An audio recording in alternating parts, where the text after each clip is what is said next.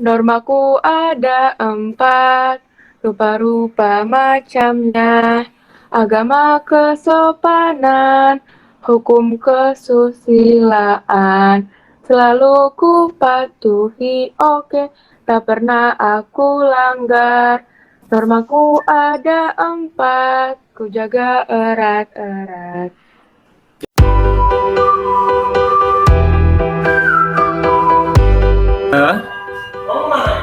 Assalamualaikum warahmatullahi wabarakatuh. Waalaikumsalam warahmatullahi wabarakatuh.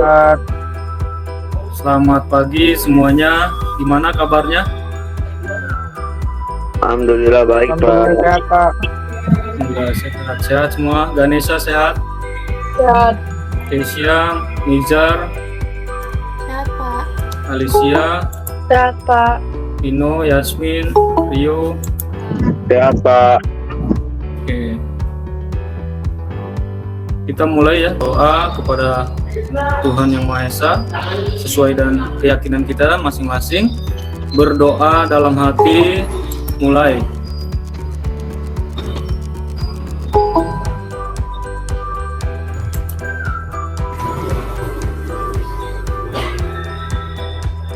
Berdoa selesai. Normaku ada 4, rupa-rupa macamnya. Agama, kesopanan, hukum, kesusilaan. Selalu kupatuhi, oke. Tak pernah aku langgar. Normaku ada 4, ku jaga erat-erat. Nah, Ya. Coba Yasmin baca. Yasmin. Kesia. Coba Kesia. Normaku ada 4, rupa-rupa macamnya. Selalu kupatuhi, oke, tak pernah aku langgar. Normaku ada 4, ku jaga erat-erat. Oke. Nah ini yel-yelnya kayak lagu Balonku ada 5 ya. Normaku ada 4, rupa-rupa macamnya. Agama kesopanan, hukum kesusilaan. Selalu ku patuhi, oke, tak pernah aku langgar. Normaku ada 4, ku jaga erat-erat. Gitu ya. Hafal nggak lagu Balonku ada 5? Nah, sama itunya ya. Coba Alicia. Ya, Pak. Coba. Normaku ada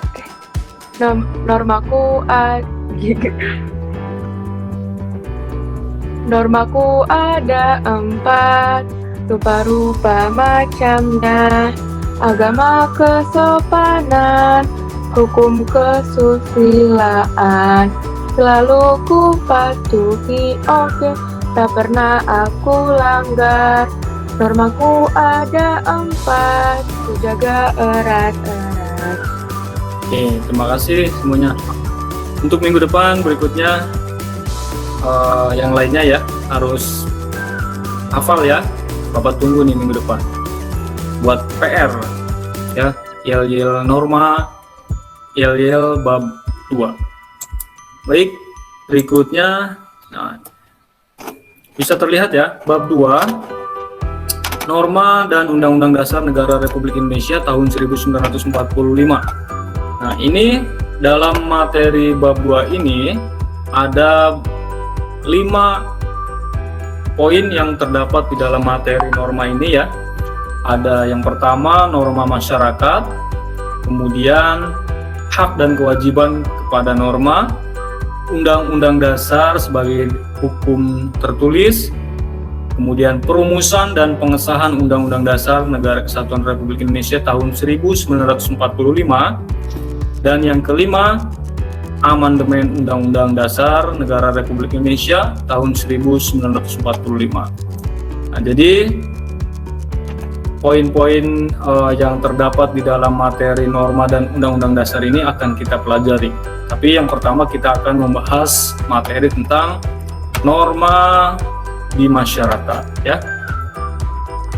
Kita lanjutkan. Nah, minggu depan Bapak sudah berikan materi di GCR ya. Nah, di sini Bapak akan ulas kembali. Jadi di sini ada sebuah cerita ya. Oh, silakan kalian siapa yang baca ya? Ada yang mau baca? Silakan. Atalea baca deh. Coba Atalea. Ketika Amira mengantungi sampah. Amira seorang anak tunggal, tidak punya kakak maupun adik. Ia tinggal bersama ayah dan ibunya di Bogor, Jawa Barat. Hanya bertiga di rumah, maka makanan yang perlu disiapkan sehari-hari pun sedikit. Keperluan lainnya sedikit, maka sampah di rumah juga sedikit. Ayah dan ibunya mengajari Amira, walaupun hanya sedikit, sampah di rumah tetap harus dikelola. Tidak boleh dibiarkan atau dibuang begitu saja. Di rumah tentu ada tempat sampah, namun tempat sampah itu hanya dipakai buat 4 sampah kecil, seperti sampah berupa plastik, kertas, kaleng, kayu, dan sebagainya. Lalu di mana sampah basah harus dibuang? Ayah Amira menggali lubang di halaman rumah mereka. Sampah basah seperti sisa makanan dan dedaunan dibuang ke sana. Dibiarkan untuk membusuk menjadi humus yang bisa dipakai untuk pupuk tanaman. Dengan begitu rumah Amira selalu bersih.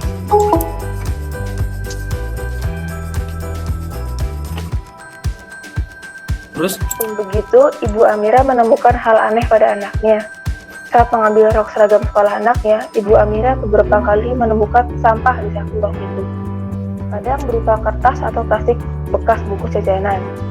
"Mengapa ada sampah di sini?" tanya ibunya. Amira tidak menemukan tempat sampah, jawabnya. Maka sampah itu pun dikantungi, bawanya pulang. Amira memang sudah diajari cara mengelola sampah. Rumusnya adalah TSP. T adalah tahan, jangan pernah membuang sampah sembarangan. S adalah simpan sampah di tempatnya. T adalah pungut kalau menemukan sampah.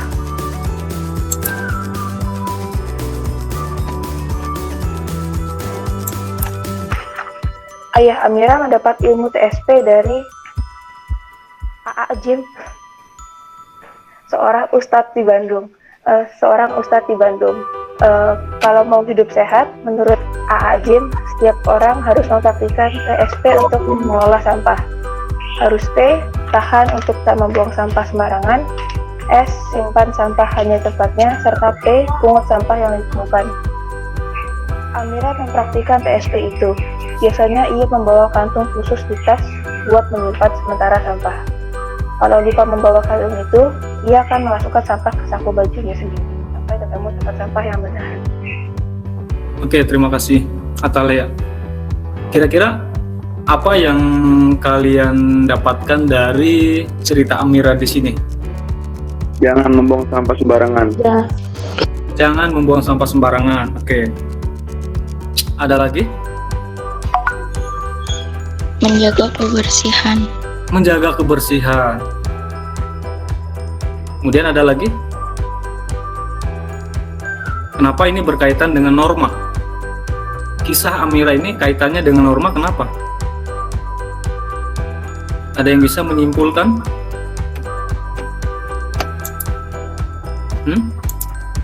Rumus yang selalu dipakai Amira itu rumus TSP ya. Tahan, simpan, dan pungut. Nah, rumus itu ternyata didapatkan dari ayahnya yang pernah mendapatkan ilmu dari Ustadz Agim ya. Agim itu Ustadz ya yang ada di Bandung. Nah, kaitannya dengan norma ya. Kamu bisa menjelaskannya kembali. Minggu lalu kan udah Bapak jelaskan di video Bapak ya, rumus materi tentang norma. Masih ingat nggak? Kira-kira kaitannya dengan norma ini apa? Apakah ada yang tahu pengertian norma? Norma itu apa? Baca nggak? Norma itu apa?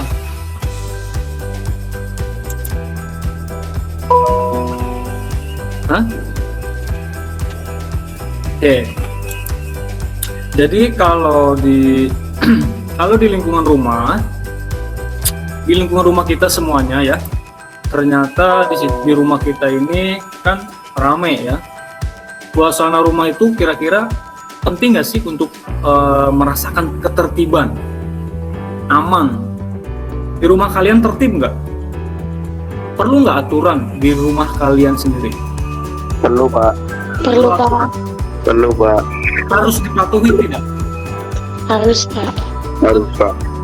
Di rumah kita sendiri kita butuh suasana yang tertib ya, yang aturan itu harus kita jalankan, harus kita patuhi ya, harus kita patuhi supaya kita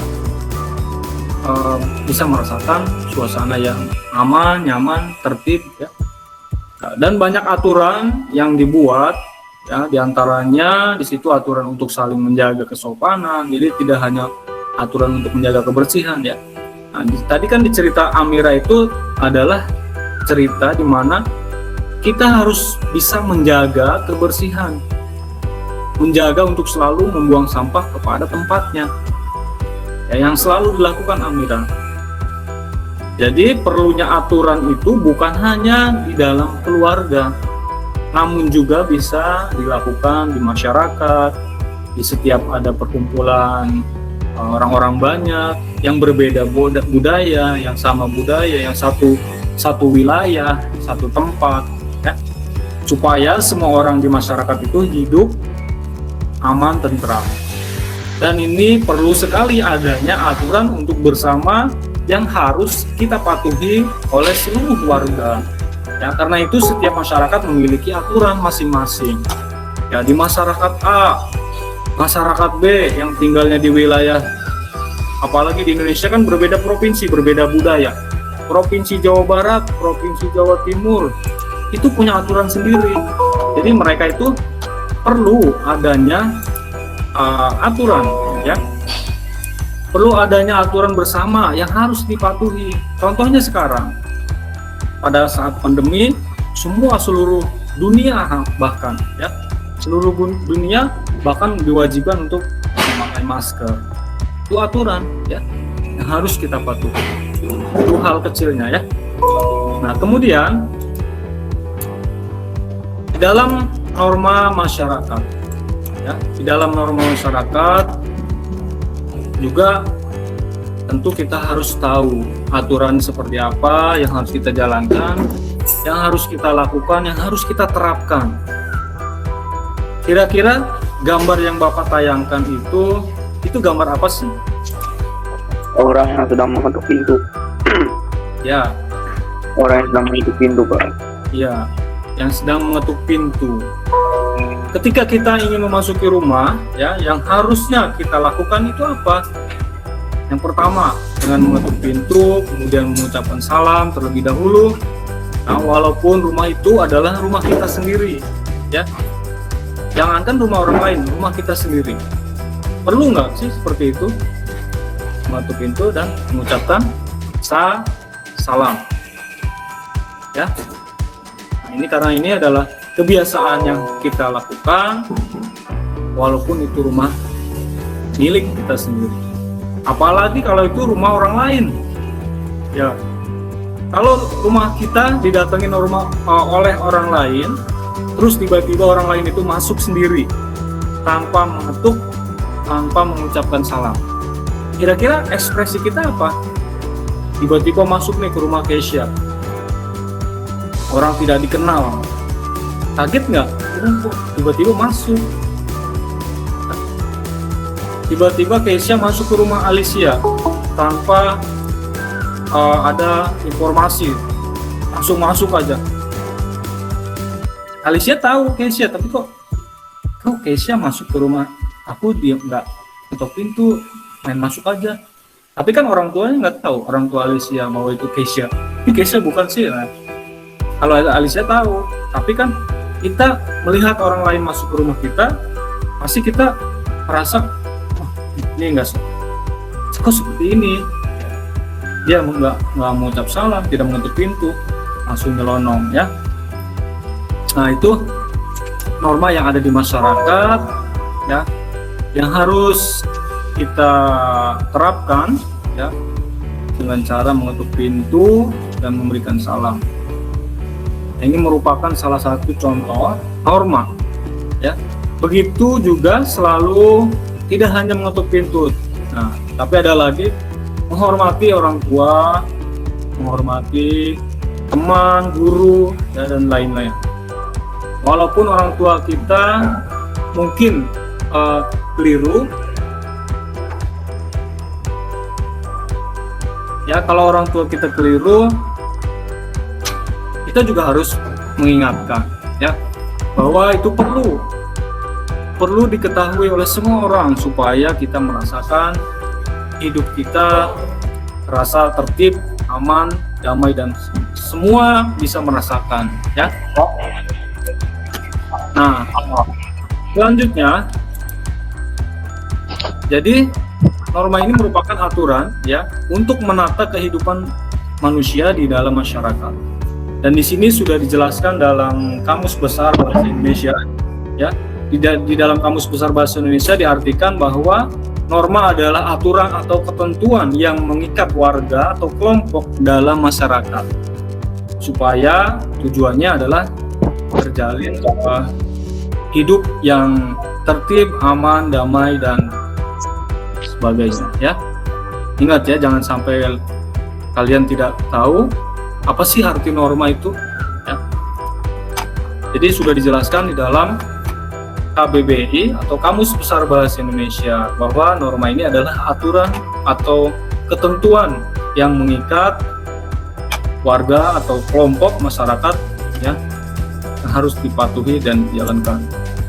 Nah, ini sebagai contoh yang bersifat mengikat ini, maka norma harus dijalankan atau dipatuhi oleh semua orang di masyarakat. Bagi yang tidak mematuhi biasanya akan mendapatkan sanksi atau hukuman ya.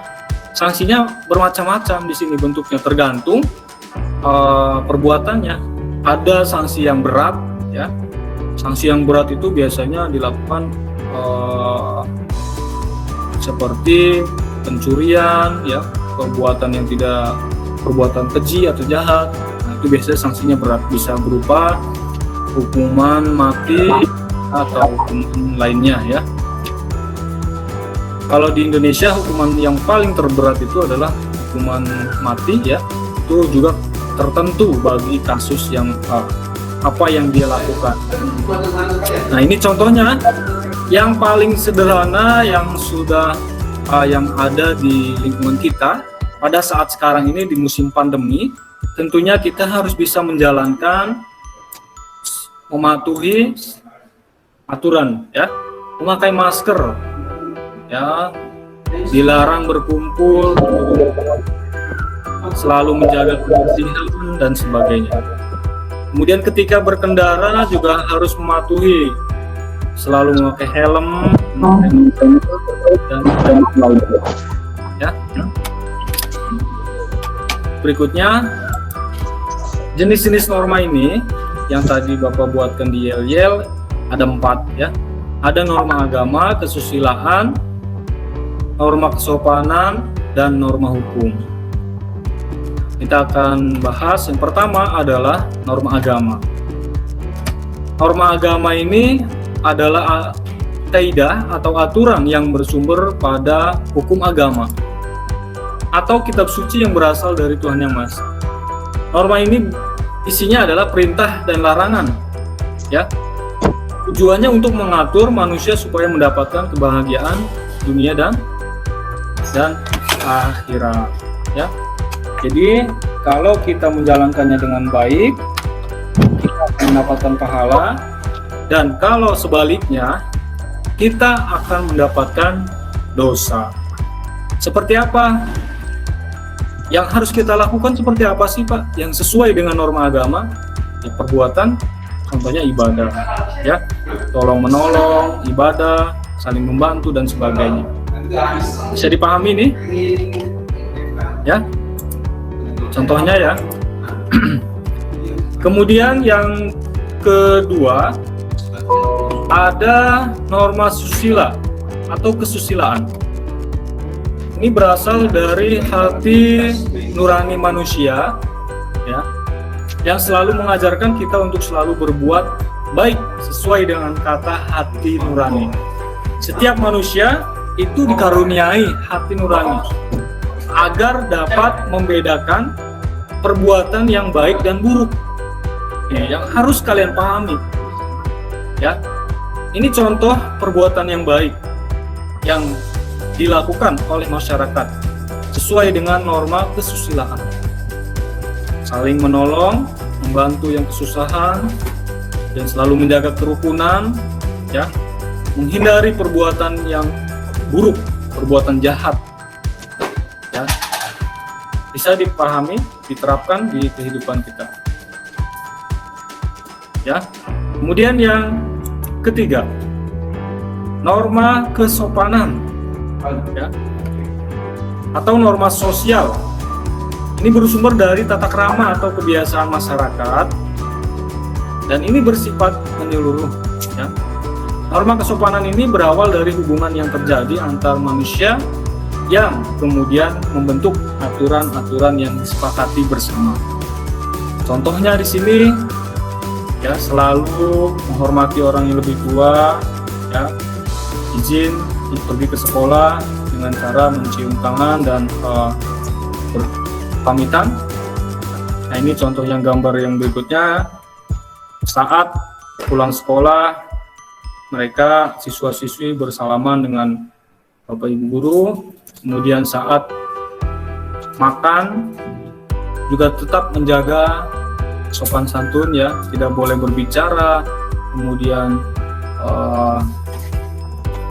berperilaku sesuai sifat yang baik saat makan, ya. Kemudian saat berpapasan dengan yang orang yang lebih tua, kita harus menunduk dan mengucapkan permisi misalkan. Ini adalah bentuk contoh dari norma sosial atau kesopanan, ya, yang bersumber dari tata krama atau kebiasaan masyarakat. Mungkin di setiap daerah yang ada di Indonesia itu berbeda-beda, ya, dan kita sering melihat contohnya juga di negara-negara selain negara kita itu adatnya berbeda-beda, ya, tidak seperti di Indonesia yang selalu mengedepankan tata krama dan sopan santun, ya. Ciri-ciri orang Indonesia itu adalah selalu berperilaku sopan santun. Bisa dimengerti anak-anak semua yang ini? Ya. Berikutnya yang keempat adalah norma hukum. Norma hukum ini merupakan aturan yang mengatur tingkah laku manusia dalam kehidupan di negara. Nah, norma ini dibuat oleh pemerintah dan sifatnya adalah tegas, juga memaksa. Bagi yang melanggar terhadap norma ini biasanya akan dikenakan sanksi, ada hukuman penjara atau denda, ya. Nah, ini contoh ketika seorang siswa menyeberang di jalan. Nah, di sini ada zebra cross, ya. Ini adalah tempat di mana untuk pejalan kaki, ya. Kemudian membuang sampah kepada tempatnya. Sampah kering, sampah basah itu biasanya di sekolah sudah disediakan. Jadi jangan dicampur, nanti sampah minuman es dibuang ke tempat sampah yang kering, jangan dicampur, ya. Kemudian memakai helm saat berkendara, ya, baik anak kecil, orang dewasa. Sekarang ditambah lagi harus memakai masker, kalau bisa pakai jaket yang tebal, ya. Kalau nggak pakai masker sekarang nanti dikenakan sanksi hukuman, biasanya nyapu jalan kalau ada di razia itu di jalanan, ya. Kemudian memakai masker dan jaga jarak, dan juga hindari kerumunan, ya. Nah, ini contoh norma hukum di Indonesia yang harus kita terapkan, dan masih banyak contoh-contoh yang lainnya, ya. dan juga pelanggaran-pelanggaran terhadap hukuman berat di Indonesia itu adalah paling berat adalah hukuman mati ya. Berbeda di negara-negara lain ya, mungkin di Arab Saudi ada yang dipotong kepalanya, dipenggal ketika dia berbuat melanggar aturan hukum yang ada di negara tersebut. Ada yang disetrum ya, ada yang disetrum kepalanya, hukuman berat itu di Amerika ya. Kalau di Amerika itu hukuman beratnya ada yang disetrum, kemudian ada yang dilempar batu, diraja dan sebagainya. Itu contoh dari siksa sanksi ya, bukan siksa.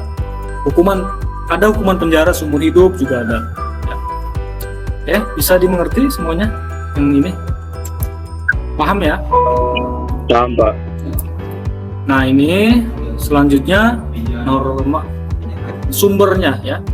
Jadi keempat norma itu ada sumbernya. Asalnya dari mana sih, Pak? Kok bisa ada norma? Nah, ini jawabannya. Norma agama asalnya dari mana? Bersumber dari kitab suci. Kitab suci itu dari mana? Dari Tuhan ya. Yang diberikan kepada manusia untuk menjalankan sesuai dengan kitab suci kita ya. Umat Islam kitab sucinya apa? Kristen, Buddha, Konghucu dan agama lainnya, mereka mempercayai bahwa norma agama ini harus dipatuhi sesuai dengan keyakinannya. Sumbernya adalah kitab sucinya masing-masing. Jadi setiap agama punya kitab suci ya. Lalu yang norma susila tadi sumbernya asalnya dari hati nurani kita. Kalau kita punya hati nurani yang baik, kan ada hati nurani yang buruk ya, yang kejam. Nah, berarti dia sudah melanggar tuh. Kalau hati nuraninya baik, berarti dia selalu menjalankan hal-hal yang baik. Berarti sudah sesuai dengan norma susila. Tapi kalau sebaliknya berarti melanggar ya. Lalu yang norma sosial atau norma kesopanan, ini sumbernya dari masyarakat ya, masyarakat. Dan ini biasanya kalau kita melanggar norma kesopanan, biasanya itu dikucilkan ya. Kalau kalian melanggar norma kesopanan, biasanya kalian akan menerima hukumannya, yaitu biasanya dijauhi oleh orang lain atau dikucilkan, diledek. Nggak mau main sama ini sama itu karena dia nggak punya sopan santun gitu, ya. Nah, kemudian norma hukum. Di norma hukum ini tadi sumbernya asalnya adalah dari negara atau pemerintah ya. Pemerintah membuat aturan supaya dipatuhi, supaya tujuannya adalah untuk kedamaian, ketertiban ya di masyarakat. Kalau tidak ada aturan, kalau tidak ada hukum, nanti banyak yang berbuat semaunya masyarakat. Nggak takut setelah mencuri dia nggak dihukum ya, jadi nggak takut, dia akan mengulang kembali ya. Jadi dibuatlah norma hukum atau aturan hukumnya supaya masyarakat takut ya, bisa menjalankannya dengan baik sesuai aturan hukum di Indonesia. Oke, sampai di sini ada yang ingin ditanyakan? Ada yang mau bertanya sebelum Bapak melanjutkan? Tidak ada. Oke. Yang terakhir, norma dan nilai-nilai Pancasila. Jadi norma ini kaitannya dengan Pancasila. Keterkaitan antara norma dan Pancasila saling berkaitan, ya. Contohnya di sini yang A, norma ketuhanan. Merupakan norma yang terkait dengan nilai ketuhanan. Di antara norma ini adalah kewajiban setiap manusia untuk selalu menjalankan ibadah sesuai dengan keyakinan dan agamanya masing-masing. Juga untuk senantiasa selalu bersyukur dalam menjalani kehidupan. Kalau dia yakin dengan agamanya, pasti dia akan selalu bersyukur dan menjalani kehidupannya dengan baik. Ya, contohnya di sila keberapa? Sila pertama ketuhanan yang Maha Esa, ya. Kemudian yang B, norma kemanusiaan. Ini merupakan norma yang berkaitan dengan nilai kemanusiaan. Contohnya, untuk selalu bersikap santun dan selalu peduli terhadap sesama, saling membantu, ya, dan juga untuk selalu mengembangkan diri sendiri sebagai seperti terus belajar dan bercita-cita. Ya, ini kaitannya dengan kemanusiaan yang adil dan beradab. Sila keberapa? Kemanusiaan yang adil dan beradab itu sila keberapa sih? Ada yang tahu? Sila kedua, Pak. Sila kedua. Good, Vino. Ya. Kemudian yang C. Norma persatuan merupakan norma yang terkait dengan nilai persatuan. Di antaranya adalah norma untuk selalu menjaga perdamaian, menghindari segala kekerasan, baik kata-kata maupun fisik, ya. Jadi ada perbuatan secara kata-kata, ya. Kata-kata itu ucapan yang sering disampaikan oleh setiap manusia, baik secara fisik dan juga non fisik. Biasanya kalau yang non fisik itu melalui verbal atau ucapan yang tadi yang sering dilakukan di media sosial, ya. Biasanya saling menjelek-jelekan, ya, di media sosial, di Facebook dan sebagainya, akhirnya menimbulkan konflik, ya, menimbulkan perpecahan. Jadi jangan sampai, itu yang harus kita hindari. Yang harus kita hindari itu perbuatan-perbuatan yang seperti itu. Sekarang kan sudah modern zamannya, ya, baik di Instagram, di Facebook, di apalagi tuh TikTok dan sebagainya. Jangan sampai kalian berbuat seperti itu, ya. Kita harus tahu aturannya karena ada undang-undangnya. Walaupun di media sosial itu ada undang-undangnya. Yang harus kita lakukan adalah menjaga kerukunan, saling menghormati, menghargai perbedaan, supaya itu menjadi satu kesatuan, ya, sesuai dengan nilai Pancasila. Sila ke berapa ya kalau yang ini, yang C? Kira-kira sila ke berapa norma persatuan? Sila ketiga, Pak. Sila ketiga, ya.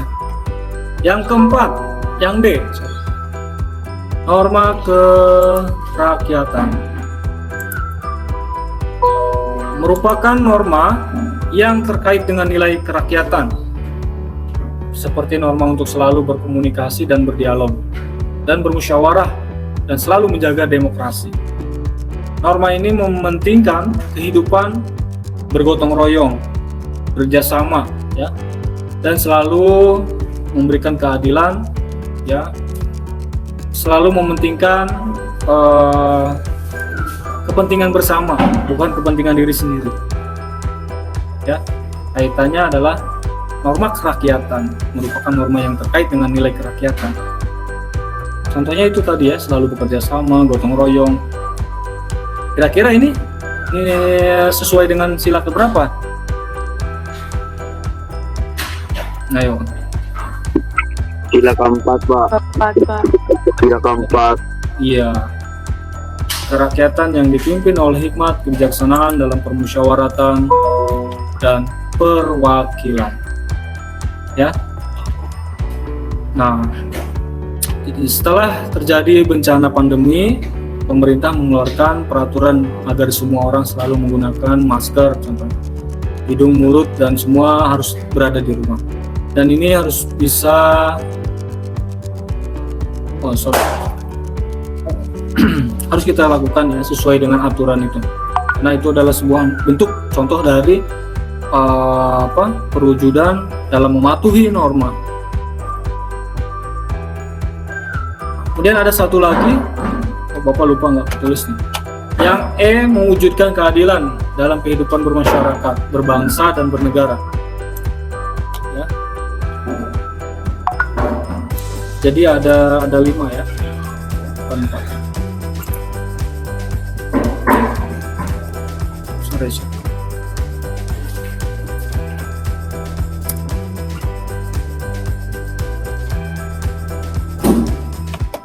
terakhir, yang kelima ya. Nah, ini yang kelima. Mewujudkan keadilan dalam kehidupan bermasyarakat, berbangsa, dan bernegara.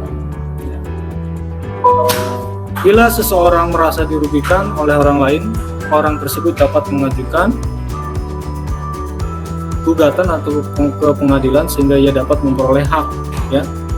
Ada aturan yang mengatur hal ini. Jadi itu adalah yang menjaga agar keadilan di masyarakat terwujud. Ini sesuai dengan sila ke berapa?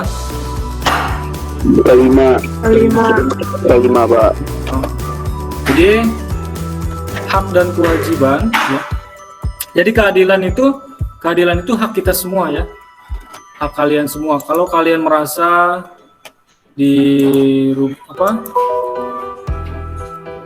dirugikan atau dijelek-jelekan, ya, oleh orang lain, nah itu negara memberikan pembelaan, ya, supaya kita bisa mengajukan gugatan kepada orang yang telah membuat nama baik kita jelek misalkan, ya.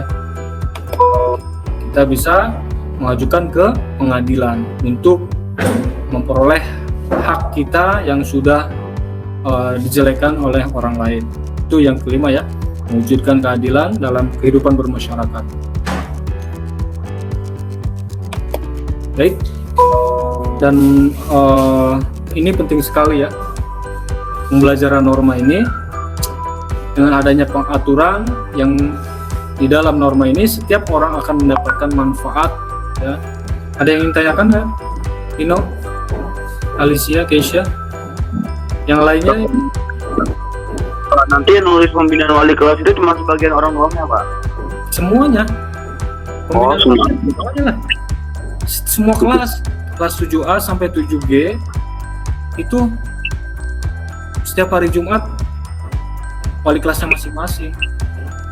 Ya. Baik, Pak, Terima kasih semuanya. Sampai jumpa minggu depan. Assalamualaikum warahmatullahi wabarakatuh. Waalaikumsalam warahmatullahi wabarakatuh.